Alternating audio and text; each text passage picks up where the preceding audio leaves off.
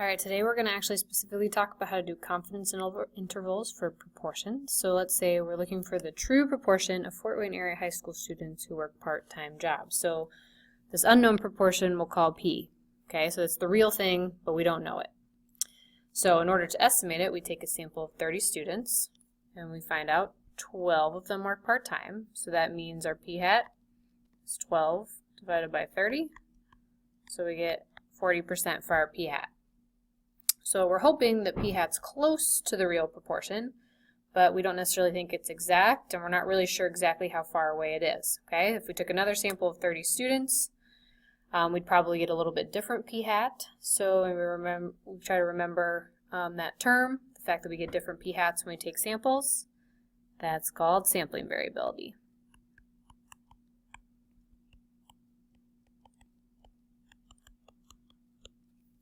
Okay. Even though we're going to get different P hats, that's okay, because we should know what the sampling distribution of P hat looks like. So if you remember from chapter 7, the mean of P hat should be the real proportion, and the standard deviation of P hat should be the square root of P times 1 minus P over N. And we should have a normal distribution as long as N times P is greater than 10 and N times 1 minus P is greater than or equal to 10. So that's all from last chapter. That's the graph we should be using. So remember the assumptions we must make in order to be able to use that graph. We need a simple random sample. Okay, so specifically a simple random sample, not stratified, not clustering. It'll be a little bit different if you do that, but we're just going to keep the basic. It wants to be a simple random sample. We need independence, which usually means we're checking the 10 times n less than the population. And the reason we need to check that is that'll let us use our standard deviation formula. Now I'm going to change this just slightly because I'm not really going to know P. I'm going to end up having to use P hat in these confidence intervals. Alright, and then lastly we want to check that we can use the normal distribution. Normal P hat distribution specifically. And this is another one, since we do not have the real P, we have to use P hat now. And 1 minus P hat here. And both of these need to be greater than or equal to 10 in order to be able to use that normal P hat distribution. Okay, so if any three of those conditions are not met, I cannot find the confidence interval the way I'm going to show you. Okay, so those are all important. Alright, so every confidence interval follows the form where you put the stat plus or minus what we call a critical value, and then you multiply by the standard error, which is really the standard deviation, and I'll talk about that here. So we call it the standard error because we don't actually have the real P. We have to use P hat instead, which is technically an estimate. So that's why we call it standard error, because it's an estimate and not the exact real one, because we're using P hat. Okay? So the actual equation when you're doing population proportion confidence intervals, we take the stat, which is going to be P hat, plus or minus. The critical value we're going to call C star. We're going to talk about that in a second. And then our standard deviation is P hat times 1 minus P hat divided by your sample size. Alright, so that's the one we are going to use. So P hat should be given to you in the question, N should be given to you in the question. So now let's talk about what the Z star means. So it's the critical value is what we call it.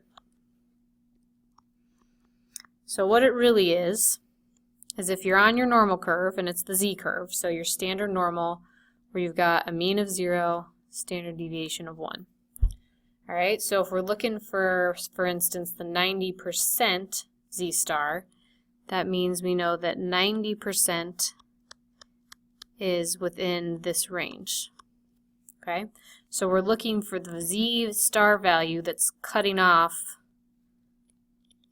that 90% in the middle. So if 90% is in the middle, we're looking for that 0.05 on the end. Alright, so I'm going to flip over for a second to the formula sheet.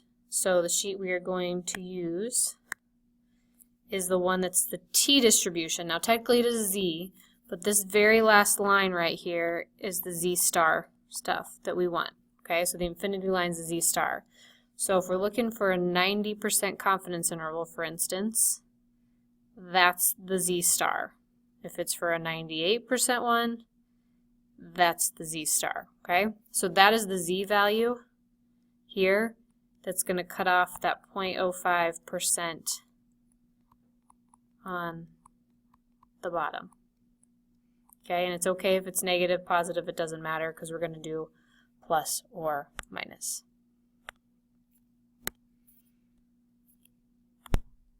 Okay, so we just looked at that table and we get 1.645 here. So I want you to go to the table and I want you to try to find the z stars for the other three, the 95, 98, 99. So pause it here and find out what they are. All right, check and see if that's what you got. So hopefully you're right. So easiest way is to do the t-table. You can do it with inverse norm, and if you want to see that, I'll show you in class tomorrow. So if we want higher confidence, we're going to end up having higher z star values. So that means we are getting a bigger number when we multiply in the equation. So we're going to have bigger intervals. Okay, so your trade-off for being more confident is you have a bigger range of numbers, so it's maybe not quite as helpful. Okay, so the z star ones that we're probably going to use are in that table, so that's in the back of your book, or you can look on the formula sheet. Alright, so let's move on to an actual problem. Alright, so we're going to do state, plan, do, conclude again. So this time we've got random sample of 35 cats out of 110, so their cat owners are 35. And the high school has a total population of 2,000. So we're going to create a 99% confidence interval. So first thing we need to do is state. So basically, what are we trying to estimate with our confidence interval? So we will create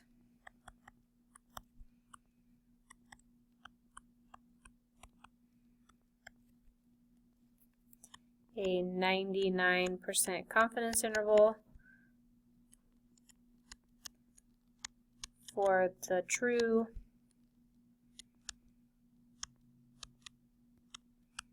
proportion of cat owners at this school.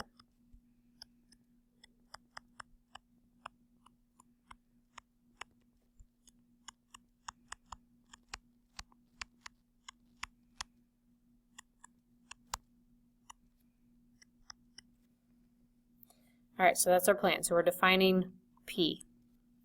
So our plan is going to be what kind of interval we're doing. We're doing a one sample, it's a z star, so we're doing a z interval, and we'll talk about what the other ones are later.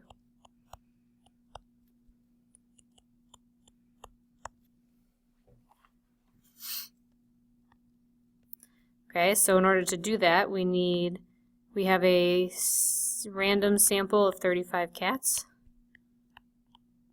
I'm sorry, 110. And it's people, not cats. So a random sample of 110 people. Second condition, we need to have independent observations. So we need at least that many students at the school, which is less than the 2,000 total students. So we're good to go. And then we need to have a normal distribution. So we need to check that n, which is our sample size, times p hat, which is 35 out of 110. That's going to be 35. So that's definitely more than or equal to 10. And then we need 110 times 1 minus p hat. It needs to be greater than or equal to 10. So let's take a second. So that would be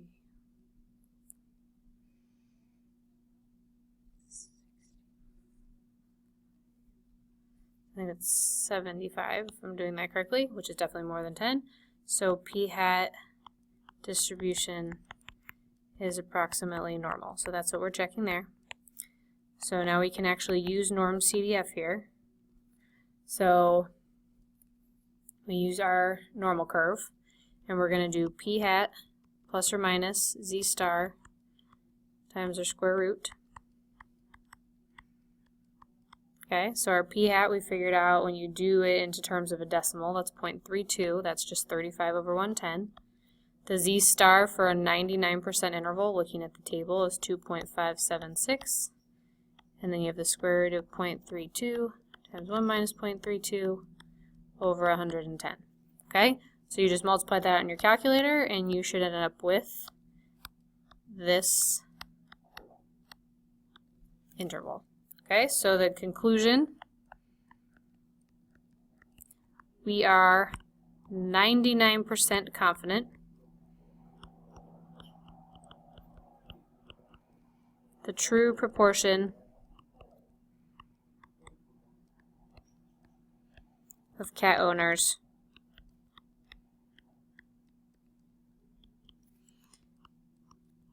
is between 0.205 and 0.435. Okay, so that would be the 4-step full problem.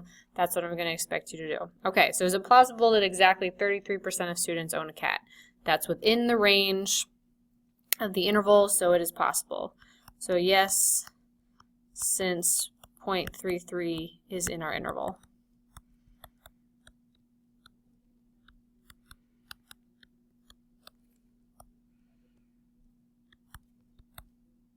Alright, so we're just going to answer some questions. We're doing 30 students as our sample, 12 of them work part-time job, and we did a 95% confidence interval. Let's assume we did that.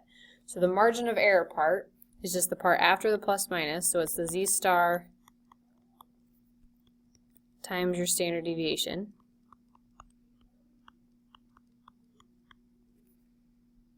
Okay, so plugging those numbers in, that's your z star for a 95% confidence interval from the table. P hat and 1 minus p hat gets plugged in, so you get 0.175. So what this is telling you is that we are 95% confident true proportion is within 17.5% of your p hat. Okay, really not that helpful if we're going 17 on either side, but that's what that means. All right, so let's say we increased the sample size. Okay, so if we're increasing the sample size, we have better information, so it should decrease the margin of error. So if you have better information, you should be more accurate with your estimate. So that's also going to decrease your standard deviation part, so your margin of error will go down. So let's say you want to find out specifically what you need to get a certain margin of error. So if you want to do our margin of error is 5%, we're going to set up the equation, and the thing we're going to look for is our sample size. If you actually have a p hat to work with, go for it, go ahead and use it, but most of the time you're not going to have a p because you need the sample size to get the p hat. So our worst case scenario, we're going to use 0.5. That's going to give us the worst sample size that we could get. Okay?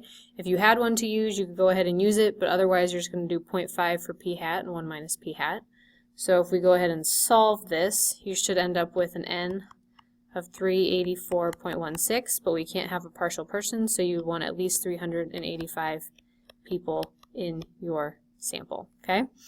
So since, this is what I'm going to talk about again, since you actually, to get the p hat, need the n, but you don't know the n to get the p hat, you either use some type of estimate from a previous study,